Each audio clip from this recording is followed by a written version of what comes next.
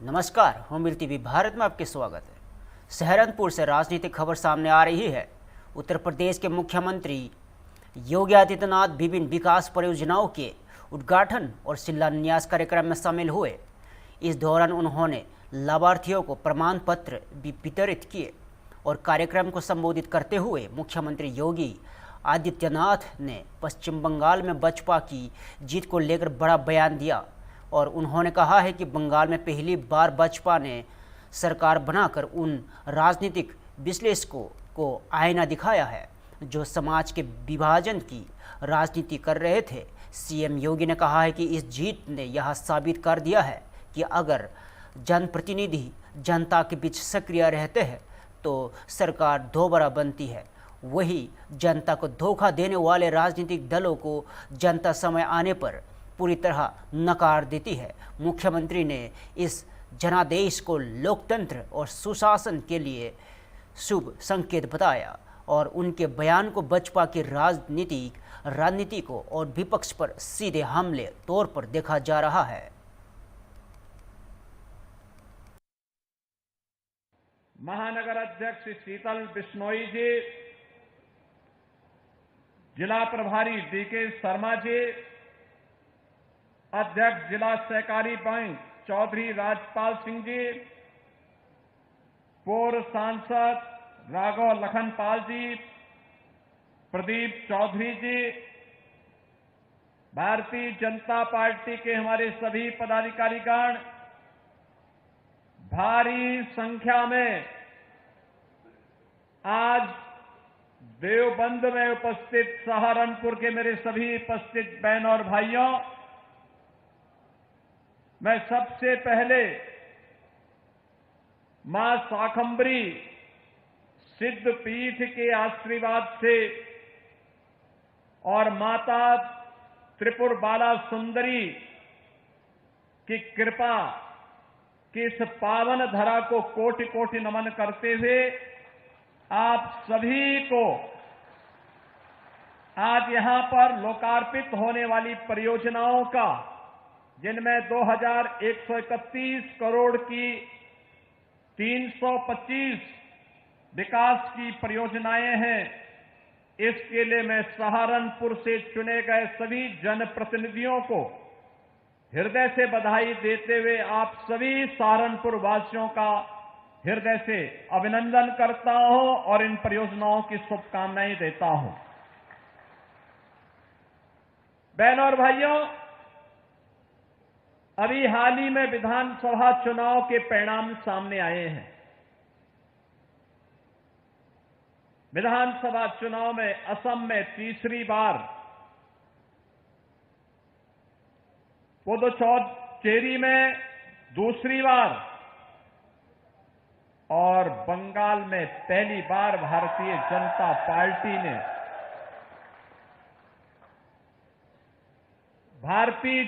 Party ने सरकार बना करके सभी उन राजनीतिक विश्लेषकों को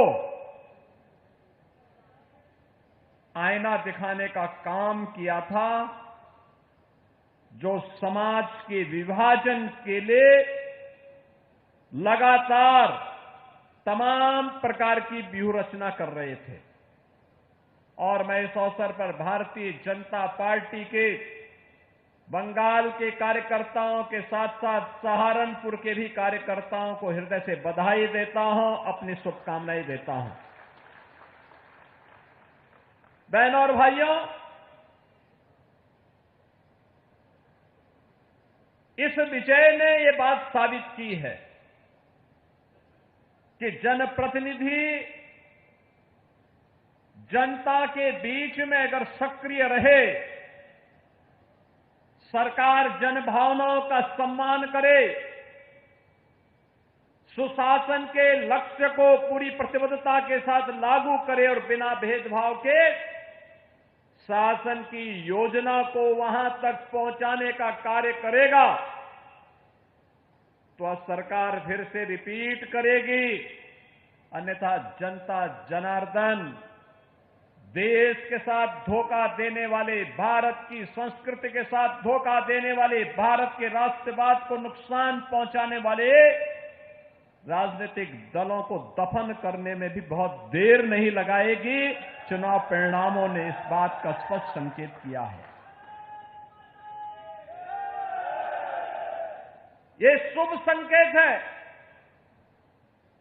जो लोग जाति के नाम पर बांट करके सामाजिक ताने बाने को छिन्न भिन्न करना चाहते थे और उसके माध्यम से देश को कमजोर करना चाहते थे, उन लोगों के लिए एक आईना है ये परिणाम। पटना बिहार से राजनीति से बड़ी खबर सामने आ रही है। बिहार सरकार में मंत्री लेसी सिंह ने मुख्यमंत्री नीतीश कुमार के नेतृत्व और नई सरकार की प्राथमिकताओं को लेकर बड़ा बयान दिया है। लेसी सिंह ने कहा है कि मुख्यमंत्री नीतीश कुमार उनके मार्गदर्शक है और उन्होंने एक बार फिर उन भरोसा जताया है कि उन्होंने कहा है कि सम्राट चौधरी के नेतृत्व में सरकार बिहार की जनता, युवाओं और किसानों के हित में लगातार काम करेगी। मंत्री लेसी सिंह ने यह भी कहा है कि पार्टी के एक एक नेता और कार्यकर्ता की इच्छा थी कि निशांत कुमार सरकार में आए और उनके इस बयान के बाद बिहार की राजनीति में नई चर्चाएं तेज हो गई है और लेसी सिंह ने भरोसा जताया है कि नई टीम विकास और जनहित के मुद्दों पर प्राथमिकता देते हुए बिहार को आगे बढ़ाने का काम करेगी। रिस्पॉन्सिबिलिटी आपको नीतीश कुमार जी ने दिया है, क्या कहेंगे? देखिए, हमारे नेता आदरणीय नीतीश कुमार जी और हम सब के आदर्श पुरुष, मार्गदर्शक, उनके द्वारा मुझे फिर से जिम्मेदारी सरकार में मंत्री बनने का अवसर दिया गया है। बखूबी जो उन्होंने भरोसा जताया है, उस भरोसे पर कायम रहेंगे और हम वर्तमान मुख्यमंत्री आदरणीय सम्राट चौधरी जी के नेतृत्व में काम करेंगे। जो 14 करोड़ की बिहार की जनता है, उनके हित के लिए, आधी आबादी के लिए, युवाओं के लिए, किसानों के लिए मिल के काम करेंगे बिहार को और निशांत कुमार भी अब आपके साथ कैबिनेट में होंगे, कैसे देखिए? ये तो हमारे पार्टी के एक एक नेता कार्यकर्ता की इच्छा थी कि वो निशांत जी पढ़े लिखे नौजवान हैं, सरल हैं, सहज हैं और उनमें नीतीश कुमार जी का ऑरा दिखता है और पार्टी का कार्यभार भी संभाल लिए, अब सरकार में भी शामिल हो गए हैं। हमारे नेता के विजन को, नीति को आगे बढ़ाएंगे, पार्टी के नीतियों को आगे बढ़ाएंगे और माननीय सम्राट चौधरी। पश्चिम बंगाल में बसपा नेता शिवेंदु अधिकारी ने पीए चंद्रा की हत्या को लेकर राजनीतिक माहौल लगातार गर्माता जा रहा है। अब हरियाणा सरकार में भी मंत्री अनिल विज ने इस मामले में पश्चिम बंगाल की स्थिति पर तीखी प्रतिक्रिया दी है। अंबाला में मीडिया से बातचीत के दौरान अनिल विज ने कहा है कि बंगाल में जिस गुंडाराज के खिलाफ जनता ने वोट दिया, उससे जुड़े लोग अब भी आतंक फैलाने की कोशिश कर रहे हैं। उन्होंने कहा है कि वहां हिंसा का माहौल बनाया जा रहा है, लेकिन चिंता की कोई ज़रूरत नहीं है। अनिल विज ने आगे कहा है कि केंद्रीय गृह मंत्री अमित शाह स्थिति को संभाल लेंगे और राज्य में शांति स्थापित होगी। बसपा लगातार बंगाल में कानून व्यवस्था और स्थिति हिंसा को बड़ा मुद्दा बना रही है। वहीं दूसरी ओर टीएमसी इन आरोपों को राजनीतिक से प्रेरित बता रही है और शिवेंदु अधिकारी के पीए के हत्या के बाद राज्य की राजनीति में आरोप प्रत्यारोप का दौर और तेज हो गया है और इस मामले को लेकर बसपा लगातार राज्य सरकार पर निशाना साध रही है। ये बंगाल का जो गुंडा राज है, जिसका वहां की जनता ने 4 तारीख को भोग डाल दिया है, उस राज को खत्म कर दिया है। अब उससे जुड़े हुए लोग उसी दिन से वहां पर आतंक मचाए हुए हैं, लेकिन चिंता करने की कोई जरूरत नहीं है। ऐसे लोगों का भूत उतारने के लिए, और पहले भी बहुत सारे लोगों का उन्होंने भूत उतारा है, हमारे होम मिनिस्टर अमित शाह हैं, वहां पर शांति कर देंगे, कोई सिर भी नहीं उठाएगा। पश्चिम बंगाल के उत्तर 24 परगना में बसपा नेता शुवेंदु अधिकारी के निजी सहायक चंद्रनाथ रथ की हत्या के बाद राजनीतिक माहौल लगातार गर्माता जा रहा है। चंद्रनाथ रथ के पार्थिव शरीर को मध्यग्राम स्थित विवा स्थिति हॉस्पिटल से उनका आवास ले जाया गया, जहां समर्थकों और स्थानीय लोगों की भारी भीड़ देखने को मिली। इस दौरान बसपा नेता शुवेंदु अधिकारी ने घटना को लेकर तीखी प्रतिक्रिया दी। उन्होंने कहा है कि जिस तरीके से यहां हत्याकांड हुआ है उसकी जितनी निंदा की जाए वह कम है। शुवेंदु अधिकारी ने आरोप लगाया है कि चंद्रनाथ रथ की हत्या इसलिए की गई क्योंकि वह उनके करीबी सहयोगी थे और उन्होंने ममता बनर्जी और भवानीपुर में हराया था। और शुवेंदु अधिकारी ने कहा है कि पोस्टमार्टम रिपोर्ट में सामने आया है कि चंद्रनाथ रथ को 4 गोलियां मारी गई थी और उन्होंने दावा किया है कि यह पूरी तरह से सुनियोजित हत्या है। और साथ ही उन्होंने कहा कि वह पीड़ित परिवार के साथ खड़े हैं और दोषियों की गिरफ्तारी तथा कड़ी सजा की मांग कर रहे हैं। इस घटना के बाद पश्चिम बंगाल की राजनीति में आरोप प्रत्यारोप का दौर और तेज हो गया और बसपा लगातार राज्य सरकार पर कानून व्यवस्था को लेकर सवाल उठा रही है, जबकि दूसरी ओर टीएमसी इन आरोपों को राजनीतिक बयानबाजी बता रही है।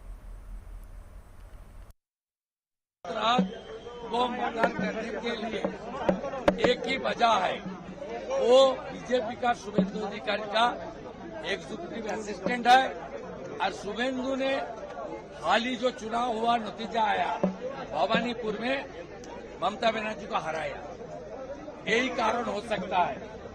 इसका कोई बात नहीं है। मैं उनका परिवार का साथ दूंगा और परिवार का जो डिमांड है तुरंत इसको जो किया है उनको हिरासत में लेकर चार्जशीट करके कॉन्विक्शन दिलाना, एक प्रक्रिया में भी मेरा जो जिम्मेदारी है मैं निभाने का काम करूंगा। पोस्टमार्टम डॉक्टर ने किया, डॉक्टर लोग ने बाहर आकर बोला उनका बॉडी से 4 बुलेट निकला। सब हार्ट जो है हमारी हार्ट का माने अगल बगल में जितना भी पैसेज है सबको टारगेटेड करके किया है और बहुत क्लोज मर्डर है, बहुत नजदीक से गोली किया है। और पूरा जैसे ओटी का पहले डॉक्टर ने पिन पॉइंट करता है ना, ये लोग भी पिन पॉइंट किया कहाँ गोली करने से उसको तुरंत मौत हो जाएगा, ये पूरा प्लान करके किया। ये बहुत स्पेशलिस्ट और खूंखार खूनी है, आतंकवादी है। पटना में बिहार की राजनीति के लिए आज का दिन बेहद अहम माना जा रहा है। केंद्रीय मंत्री चिराग पासवान ने नए मंत्रिमंडल विस्तार को बिहार के लिए नए युग की शुरुआत बताया है। चिराग पासवान ने कहा है कि आने वाले 5 साल बिहार के लिए स्वर्णिम साबित होंगे।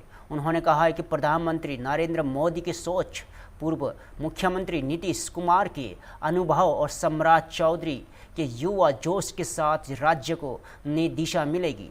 केंद्रीय मंत्री ने मंत्रिमंडल विस्तार को संतुलित और विकास मुक्त बताते हुए कहा है कि युवाओं को राजनीति में आगे आने का अवसर मिलना चाहिए। उन्होंने विशेष तौर पर निशांत कुमार को मौका मिलने का जिक्र करते हुए कहा है कि वहां हमेशा से युवाओं की राजनीति में भागीदारी के पक्षधार रहे हैं।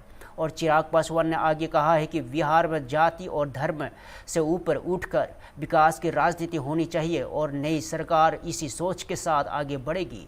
और बिहार में हुए इस मंत्रिमंडल विस्तार को लेकर राजनीतिक गलियारों में चर्चाएं तेज है और इसे आगामी राजनीति समीकरणों से भी जोड़कर देखा जा रहा है।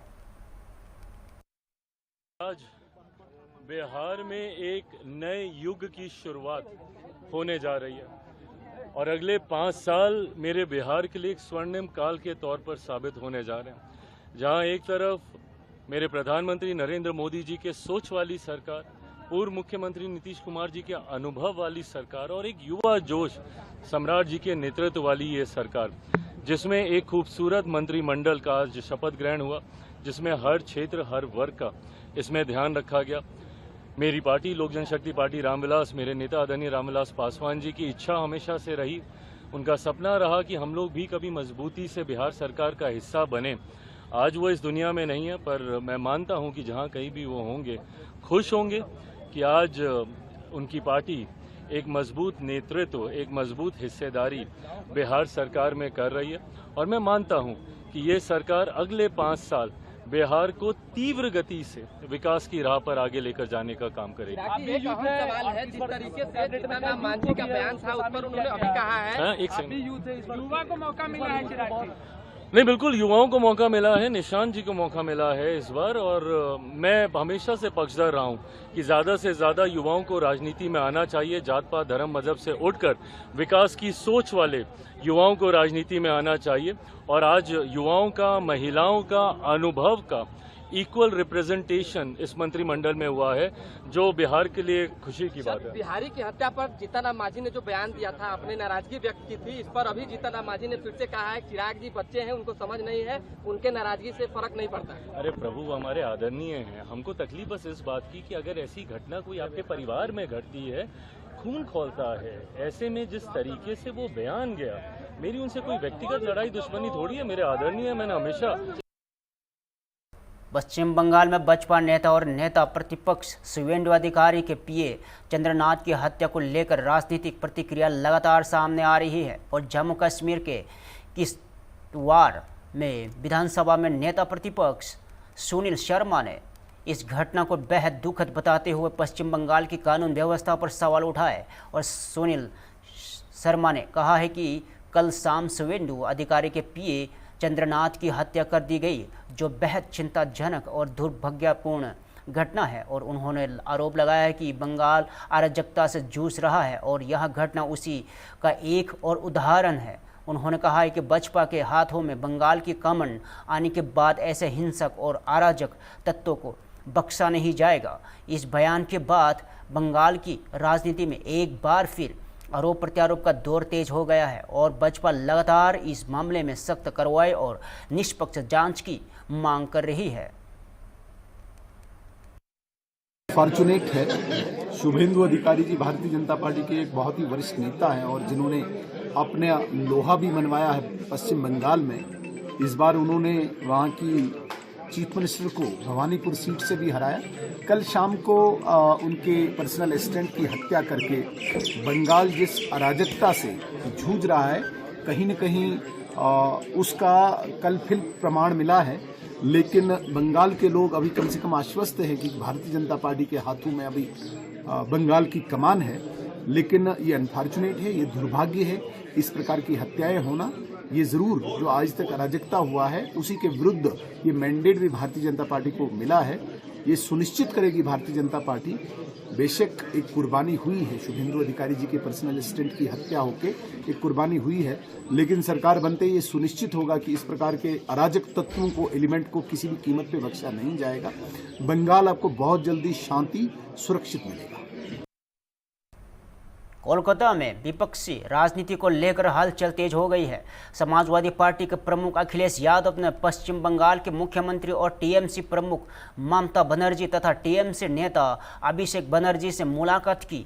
इस मुलाकात को राजनीतिक तौर पर काफ़ी अहम माना जा रहा है कि बैठक में विपक्षी दलों की रणनीति, आगामी चुनावी समीकरण और राष्ट्रीय राजनीति के मुद्दों पर चर्चा हुई। हालांकि बैठक के बाद नेताओं की ओर से बातचीत के मुद्दों को लेकर विस्तृत जानकारी साझा की गई, लेकिन राजनीतिक गलियारों में इस मुलाकात के नए मायने निकले जा रहे हैं और लोकसभा चुनाव के बाद विपक्षी एकजुटता को मजबूत करने की कोशिशों के बीच अखिलेश यादव और ममता बनर्जी की यह मुलाकात खास मानी जा रही है। वही अभिषेक बनर्जी के मौजूदगी ने भी राजनीतिक चर्चाओं को और तेज कर दिया है। अब सबकी नज़र इस बात पर है कि आने वाले समय में विपक्षी दल किस तरह की सजा रणनीति तैयार करते हैं।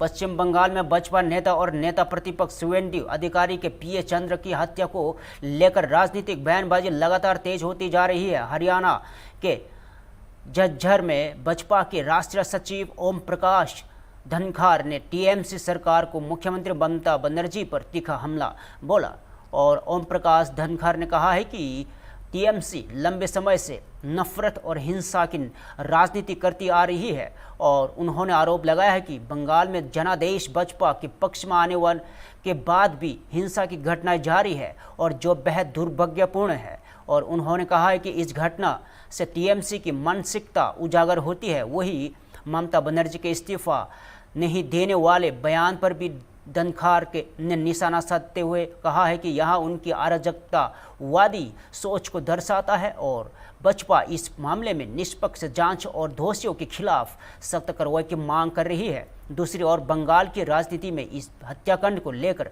आरोप प्रत्यारोप का दौर लगातार जारी है। एक ही हत्या कर दिया बंगाल में।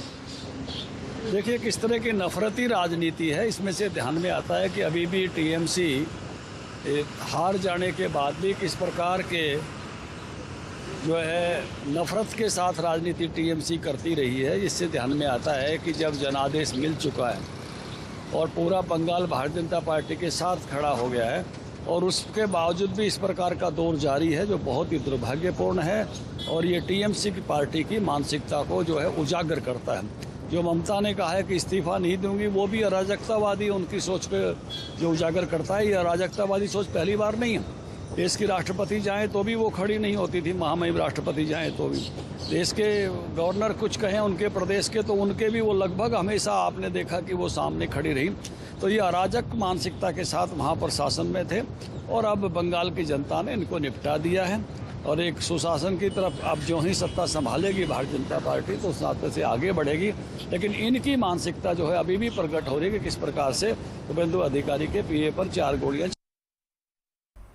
कोलकाता से बड़ी राजनीतिक खबर सामने आ रही है। समाजवादी पार्टी प्रमुख अखिलेश यादव ने पश्चिम बंगाल चुनाव को लेकर बसपा पर बड़ा हमला बोला है और अखिलेश यादव ने कहा है कि जब निष्पक्ष चुनाव हुए थे तब दीदी मुख्यमंत्री बनी थी, लेकिन इस बार चुनाव में बेईमानी की गई है। उन्होंने आरोप लगाया है कि बसपा ने उत्तर प्रदेश में जिस मॉडल का इस्तेमाल किया उसी का पश्चिम बंगाल में लागू किया गया और सपा प्रमुख ने कहा है कि केंद्रीय बल, चुनाव आयोग और ट्रांसफर पोस्टिंग के जरिए एक ऐसा सिस्टम बनाया गया है जिसका मकसद विपक्ष को हराना था। उन्होंने विपक्षी दलों से एकजुट होकर चुनावी बेईमानी के खिलाफ खड़े होने की अपील भी की और अखिलेश यादव के इस बयान के बाद बंगाल की सियासत और गर्मा हो गई है और वही बसपा की ओर से फिलहाल इस बयान पर कोई आधिकारिक प्रतिक्रिया सामने नहीं आई है।